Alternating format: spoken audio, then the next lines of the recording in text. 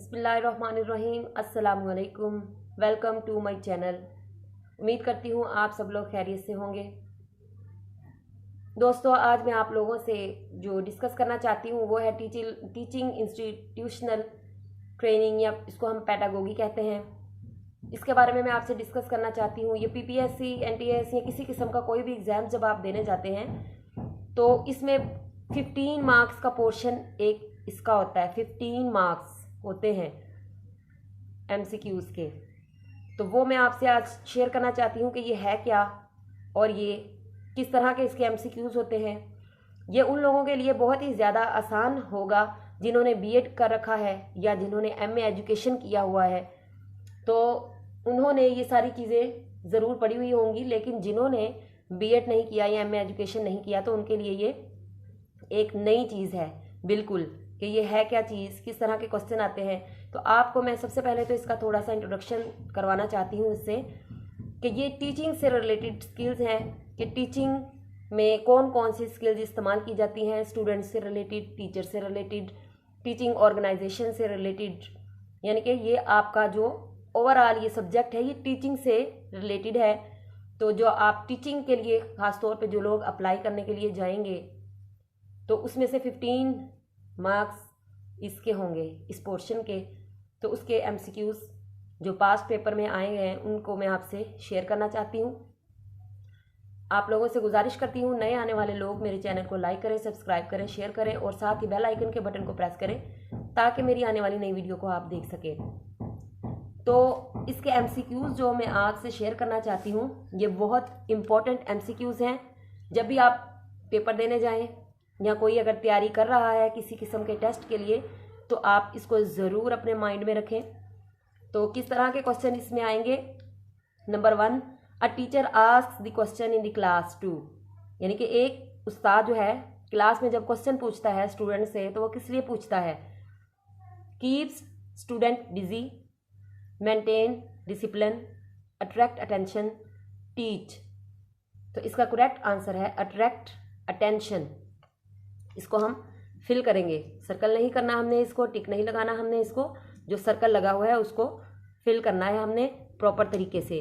तो इसमें से अट्रैक्ट अटेंशन, टीचर जब भी क्लास में क्वेश्चन पूछता है तो वो स्टूडेंट्स की तवज्जो अपनी तरफ करवाने के लिए वो हमेशा क्वेश्चन पूछता है कि कौन कौन सा स्टूडेंट जो है वो एक्टिव बैठा हुआ है क्लास में। जो बच्चा एक्टिव बैठा होगा उसको ज़रूर पता होगा कि टीचर ने क्वेश्चन मुझसे पूछा है तो क्या पूछा है। तो अपनी तरफ उसकी तवज्जो करवाने के लिए, बच्चे को मतवज्जो रखने के लिए लेक्चर में वो टीचर क्वेश्चन पूछते हैं। नंबर 2 है main role of teacher is identified with आ। यानी कि टीचर का जो रोल है, किरदार है बच्चों को पढ़ाने में वो कौन सा होता है। Leader, manager, planner, motivator. इसमें से जो सही ऑप्शन है वो है leader. Teacher is like a leader. As a leader teacher जो अपने बच्चों के साथ होता है उसको हर तरीके में लीड करता है, उसकी रहनुमाई करता है बच्चों की। तो इसका करेक्ट ऑप्शन है लीडर। नंबर 3 है institutional planning should be based on. जो इंस्टीट्यूशनल प्लानिंग है स्कूलों की जो की जाती है उसके सिलेबस की, किस तरह का सिलेबस हो, उसके एग्ज़ाम्स की, उसके असेसमेंट की, तो किस बेस पर की जाती है।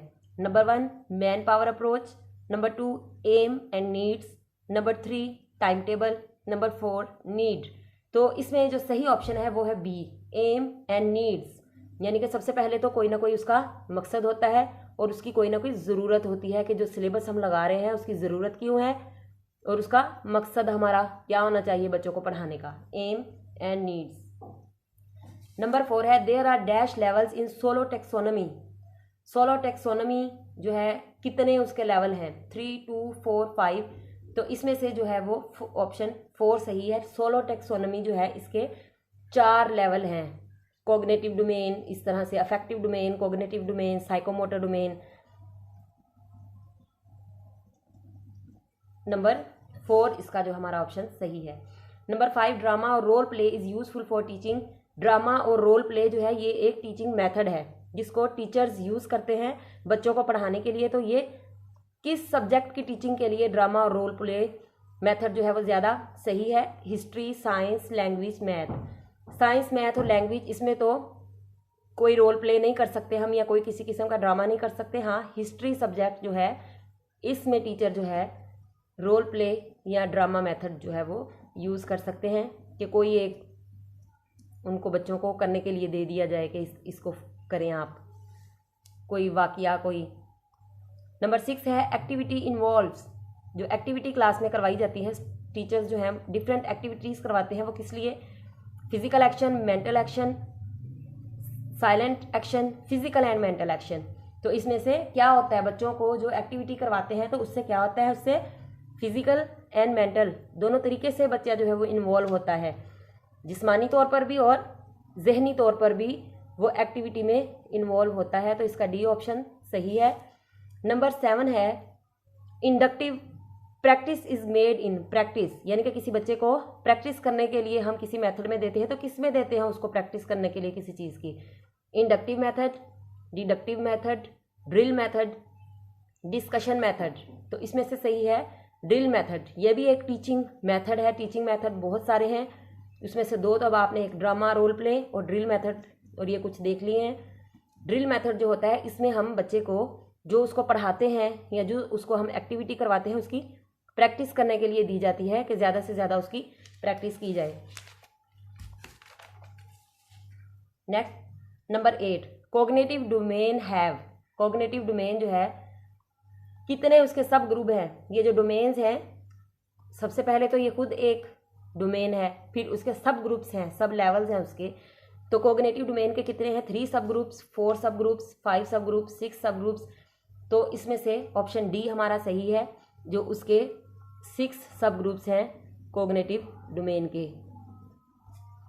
Number 9 which is not included in print media.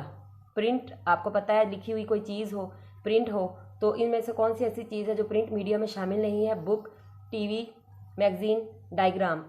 तो आप सब जानते हैं कि डायग्राम्स, बुक्स, मैगजीन ये सब रिटन फॉर्म में होता है, प्रिंट होता है, लेकिन टीवी जो है ये प्रिंट नहीं होता। तो इसमें से हमारा जो करेक्ट आंसर है वो हमारा है B, TV. TV is not included in print media में, ये नहीं हम इसको शामिल कर सकते। नंबर 10 आगे देखें, how much knowledge is gain through the sense of seeing. हमारी जो सेंसेस होती हैं, देखने की, छूने की, टेस्ट करने की, तो उन सब से इंसान कुछ ना कुछ सीखता है, लर्निंग होती है उसकी इन तरीक़ों से। तो सवाल पूछा गया है कि जो हमारी देखने की सेंस है, आइस, तो उससे हम कितने % नॉलेज गेन कर सकते हैं, इल्म हासिल कर सकते हैं हम देखने की अपनी से? 75%, 13%, 6%, 3%। तो इसका ऑप्शन ए जो है वो सही है, क्योंकि सबसे ज़्यादा हम देख के ही चीज़ें जो है वो नॉलेज हासिल करते हैं। बुक्स को भी देखते हैं, एग्जाम्स को भी देखते हैं, इसके अलावा अपने इर्द गिर्द के माहौल को देखते हैं, लोगों को देखते हैं। तो सबसे ज़्यादा नॉलेज गेन जो हम कर सकते हैं वो देखने की हिस्से करते हैं, देखने से। नंबर 11 है how many columns matching item have. जब स्टूडेंट का पेपर बनाया जाता है या कोई टेस्ट बनाया जाता है तो उसमें एक क्वेश्चन होता है मैच द कॉलम। तो जो मैचिंग कॉलम दिया जाता है उसमें कितने कॉलम होते हैं? 1 2 3 4 जिनको मैच करना होता है। तो ये आपको भी पता होगा, हर क्लास में 2 कॉलम होते हैं, ए होता है, बी होता है, या अलिफ होता है, बे होता है। तो 2 कॉलम होते हैं जिनको मैच करना होता है। तो इसका ऑप्शन बी जो है वो सही है। Number 12 character is developed by. इंसान का जो किरदार है वो किस तरह से हम उसको डेवलप कर सकते? Will power, conduct and behaviour, morality, all of the above. तो किसी भी इंसान के करैक्टर को डेवलप करने के लिए ये तमाम चीज़ों का होना ज़रूरी है। विल पावर भी होनी चाहिए, कंडक्ट एंड बिहेवियर भी उसके पास अच्छा होना चाहिए, उसका मोरालिटी भी होनी चाहिए। तो इसमें से जो आंसर आएगा वो है हमारा option D, all of above. इंसान का करैक्टर डेवलप जो है वो इन सारी चीज़ों से होता है, ये सारी चीज़ें हों तो उसका करैक्टर डेवलप होता है। Number 13 motivation should be followed by.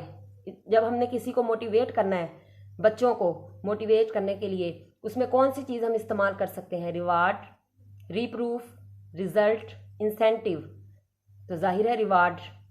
बच्चों को क्लास में जब उनका अच्छा रिजल्ट आए उनका, तो रिवार्ड वगैरह उनको दिया जाता है, ट्रॉफी दी जाती है, उसके अलावा कोई गिफ्ट, बुक, कलर पेंसिल, ऐसी चीज़ें दी जाती हैं। तो रिवार्ड के साथ हम अपनी उनकी मोटिवेशन को बढ़ा सकते हैं। Number 14, the goal of teaching is, जो टीचिंग है उसका क्या मकसद है, गोल मकसद, पढ़ाने का क्या मकसद होना चाहिए। To give information, to involve students in activities, to impart knowledge और डिज़ायरेबल चेंज इन बिहेवियर। तो जाहिर है टू गिव सिर्फ इंफॉर्मेशन देना टीचिंग नहीं है। उसके अलावा स्टूडेंट्स को एक्टिविटीज़ में इन्वॉल्व करना भी सिर्फ टीचिंग नहीं है। इम्पार्ट नॉलेज, ये भी नहीं है कि जो टीचर है वो आए अपना लेक्चर दे, बच्चों को बताए ये है ये है, समझाए और नॉलेज अपना जो है वो दूसरी की तरफ इम्पार्ट कर दे, ये भी जस्ट टीचिंग नहीं है। तो टीचिंग क्या है, टीचिंग का मकसद क्या होना चाहिए, डिज़ायरेबल चेंज इन बिहेवियर, बच्चों के रवैये में आप अपनी पसंद का जो चेंज देखना चाहते हैं। कोई भी आप जब उनको टीचिंग टॉपिक आप लेते हैं तो कोई एक आपका एम होना चाहिए, तो उसमें से आपका जो है ये डिज़ायरेबल चेंज, टीचिंग का मकसद, ये ओवरऑल बात हो रही है, किसी एक क्लास के लिए बात नहीं हो रही। ओवरऑल टीचिंग का जो गोल है वो है डिज़ायरेबल चेंज इन बिहेवियर, बच्चों के रवैये में तब्दीली होना, यानी कि वो किसी तरफ से पढ़े लिखे नज़र आने चाहिए। तो ये हैं MCQs जो बहुत इम्पोर्टेंट है, और इस तरह के और भी बहुत से MCQs हैं तैयारी करने के लिए। जिन बच्चों ने या जिन स्टूडेंट्स ने BEd किया है, MA एजुकेशन किया है, वो तो इन सब चीज़ों से वाकिफ़ होंगे, पढ़ी हुई हैं उन्होंने ये चीज़ें। लेकिन जिन्होंने BEd और MA एजुकेशन नहीं किया उनके लिए ये एक न्यू चीज़ है। और 15 मार्क्स के हैं ये MCQs, जिसको हम नज़रअंदाज नहीं कर सकते, इग्नोर नहीं कर सकते हम इनको। तो आपसे गुजारिश करती हूँ कि टेस्ट की तैयारी के लिए जब आपने जाना हो तो मेंटली तौर पर आपको पता होना चाहिए कि उसमें से हमसे क्या क्या पूछा जाएगा, उस टेस्ट में किस किस सब्जेक्ट के MCQs आएंगे और उसके कितने कितने मार्क्स होंगे, और मैंने कौन सा पोर्शन जो है वो ज़रूरी उसकी तैयारी करके, ऐसा कोई है जिसके बारे में मैं नहीं जानता तो उसकी ज़्यादा तैयारी की आपको ज़रूरत होती है। तो पास्ट के जो पेपर हैं उनसे आप ज़रूर कुछ ना कुछ देखा करें और कुछ गेन किया करें। उम्मीद करती हूँ आपको मेरी ये वीडियो पसंद आई होगी। दोबारा हाजिर होंगी अपनी नई वीडियो के साथ, तब तक के लिए इजाज़त चाहती हूँ। अल्लाह हाफिज़।